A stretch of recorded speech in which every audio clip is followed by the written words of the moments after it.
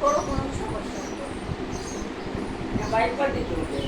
એ આપણે હા કેસ કે વાઈ દીધું હા બે વીઘા માંડવી વાઈ દીધી. પછી માંડવી કોરું હોય એક ઈસુની ખેડ હતી, પછી એમાં કેટલી ખેડ કરી દાદી આપી,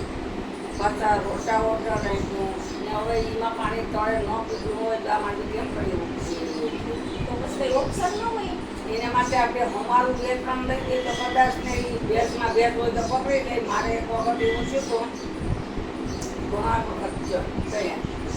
તે માંડવી બાબાનું ટાણું છું ને ત્યાં આપણે વેચો તો થોડો પીવો ને ત્યાં બધી દાવલમાં વાયું, સારિકામાં વાયું ને આમે કાઢે વાયું ને ત્યાં મોમેન્ટમાં સેલે પીધા ને ત્યાં જોડે થઈ કોઈ પીના ત્યાં જરાક ફ્રેશ નહીં એમાં.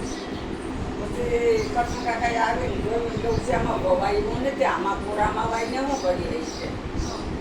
પછી મેં કહું કોરામાં જ મારે વાય જ દેવું હવે. ત્યાં પછી પાછા બધા જીવ પાડોશી હતા એ પણ બધા આવે ઓલા હાથી ટ્રેક્ટરને આવ્યું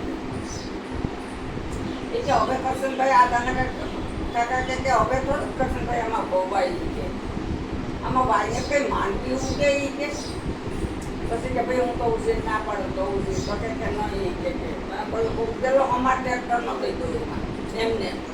પણ હાથ વાયા વિનાનો અમાર ભાઈ દીધો લાકડાનો સીપેરનો એ બધી હાફ સાફ બેગ લીધું ને પછી એમાં વાયું ને પણ મને 3 વીઘે 3 થાય તો મને નીંદર નથી આવી. માંડવી સાહેબ 8 વીઘા માંડવી વાઈ દીધી. આ સાહેબ એટલું તો તું પાછું થોડુંક લેવાય નહીં થાય તો મેં પછી બાજરો તો સેવાય વાઈ દીધી, બાજરો વાઈ દીધું બીજું પછી એમ કરતા કરતા તો 3 દી છે ને હું તો સવારના ક્યાં ભેગી કરી તમે કતાડીને જોઉં તો જાય ઓટો જાય ફૂટે ને એ સોટે દાડે માંડવી આમ આવ્યું ધરી હતી હું ગઈ એ દાડે મને શાંતિ થઈ છે નહીં કે હવે પછી હું કોઈ ગયું ને ત્યાં માંડવી કોરામાં વવાઈ દઈશ ને વિવ્યું નથી એવું ભગવાન માટે આપણે ભરોસો હોય ને તો 100% ઉઠી જાય. એકવાર ભગવાન લક્ષ્મીજી ફરવાની ત્યાં હાર આપણે જે રટણ કરીએ છીએ ત્યાં બધીમાં જતા હતા રોતા રોતા રોતા રોતા બધીમાં આમ 2 ખેતરો આમ હતા તો એક ખેતરમાં વાઈ દીધું ને 8 મહિનાનો સમય હતો ને એક ખેતરમાં વાયું ને એક ખેતરમાં વાયેલ ને તો કે આ એક ખેતરમાં વાઈ દીધું આ ખેતરમાં વાયું ની કે આ વાવણી કરી મિરેક માણા ગણો ને વરસાદ વિનાનું કેમ એને વાઈ દીધું ખાલી બરોબર વરસાદ લક્ષ્મી સિંચે કર્યો હતો કે એને મારે માટે ભરોસો છે એટલે એને વાઈ દીધું હોય છે ને આ ખેડૂત છે ને એને મારે માથે ભરોસો નથી એટલે એને ન વાયું એટલે પછી આમાં વાવું કેમ તમારે માટે ભરોસો રાખીને આમાં લીલું નથી સરળ બને એટલે હાલ તને હું દેખાડું નહીં કે પેલું વાયલ ખેતર હતું ને